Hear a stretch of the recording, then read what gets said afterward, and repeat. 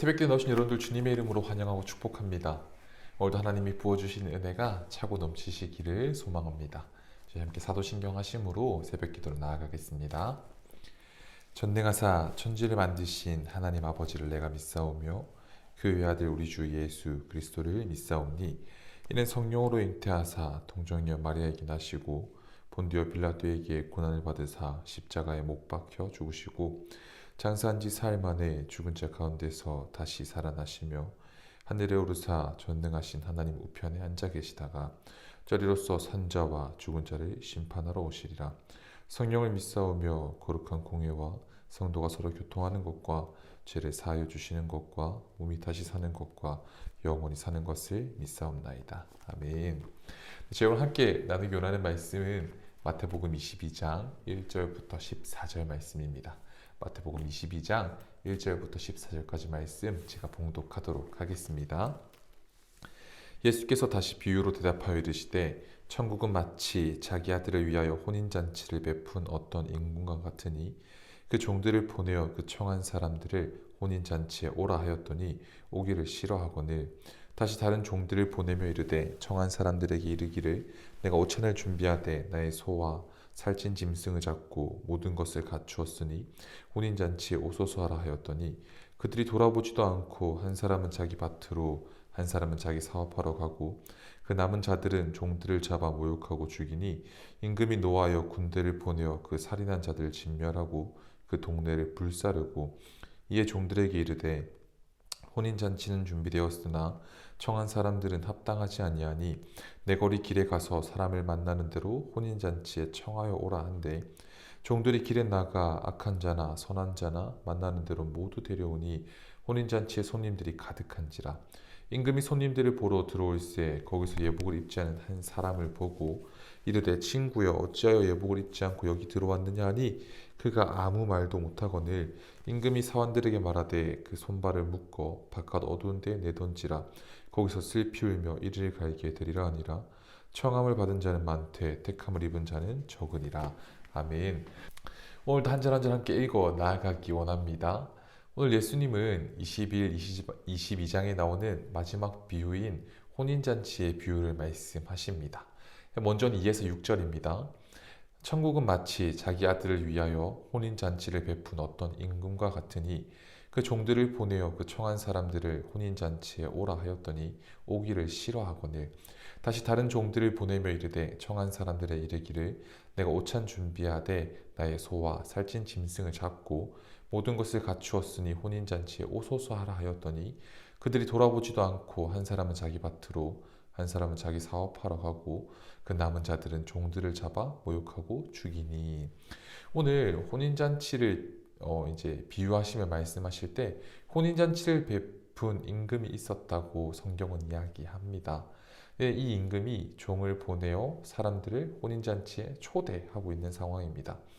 그런데 임금이 초대했다면 당연히 마땅히 그 초대에 응해야 하는 것이 맞는데 이 청함을 받은 사람들이 오기를 싫어하는 것입니다.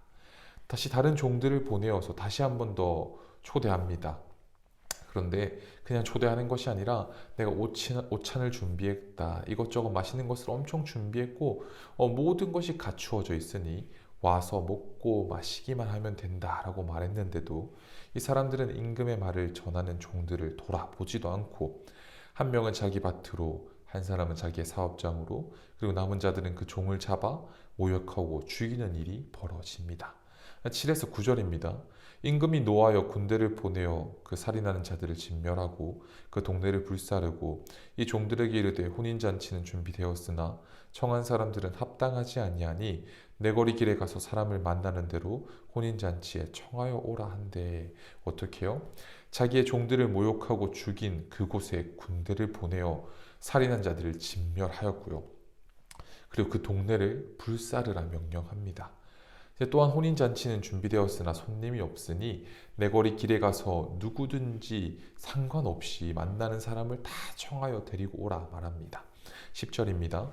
종들이 길에 나가 악한 자나 선한 자나 만나는 대로 모두 데려오니 혼인잔치에 손님들이 가득한지라. 이 종들이 주인 임금의 말을 듣고 길에 나가서 만나는 모든 사람을 악한 자이든 선한 자이든 구별하지 않고 혼인잔치에 초대하게 됩니다. 그리고 나서 이제 드디어 그 잔치에 손님이 가득하게 되었지요. 11에서 14절입니다. 임금이 손님들을 보러 들어올새 거기서 예복을 입지 않은 한 사람을 보고 이르되 친구여 어찌하여 예복을 입지 않고 여기 들어왔느냐 하니 그가 아무 말도 못하거늘 임금이 사환들에게 말하되 그 손발을 묶어 바깥 어두운 데 내던지라 거기서 슬피 울며 이를 갈게 되리라 하니라. 청함을 받은 자는 많되 택함을 입은 자는 적으니라. 임금이 손님들을 보고 인사하러 내려옵니다. 그런데 내려와서 보았더니 잔치에 맞지 않게 예복을 입지 않은 한 사람이 있는 것입니다. 그에게 왜 예복을 입지 않고 있느냐, 왜 이곳에 그냥 이렇게 참석했느냐 질문하였더니 그 자는 아무 대답도 하지 못하는 모습을 보입니다. 그러자 어떻게 하냐면 그 임금이 그 대답하지 못하는 자를, 그 예복을 맞춰 입지 못한 자를 손발을 묶어 바깥 어두운 데 내던지라 명합니다. 그리고 청함을 받은 자는 많되 택함을 입은 자는 적으니라 말씀하시며 오늘의 비유를 마치십니다. 오늘의 이 비유는 무엇을 말씀하고 계신 걸까요? 앞에 두 비유와 같은 맥락으로 볼 때 예수님 당시에 이스라엘의 지도자들과 그들을 따르던 많은 사람들은 결혼잔치에 초대받은 손님과 같았습니다. 그런데 그들은 어떻게 했지요? 이 잔치를 거절합니다. 갈릴리에서도 거절당하셨고요. 또한 이제는 예루살렘에서도 예수님이 이 초대를 거절하고 있습니다.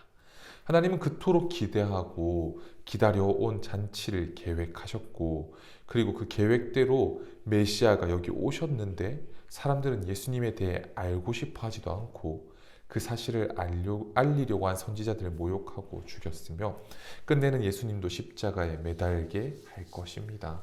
오늘 이야기는 여기서 이렇게 끝나지 않습니다. 하나님이 이스라엘이 거절하자 이제는 길에 나가서 누구나 오라고 명령하십니다. 그런데 그 누구나는 악한 사람도 선한 사람도 있습니다.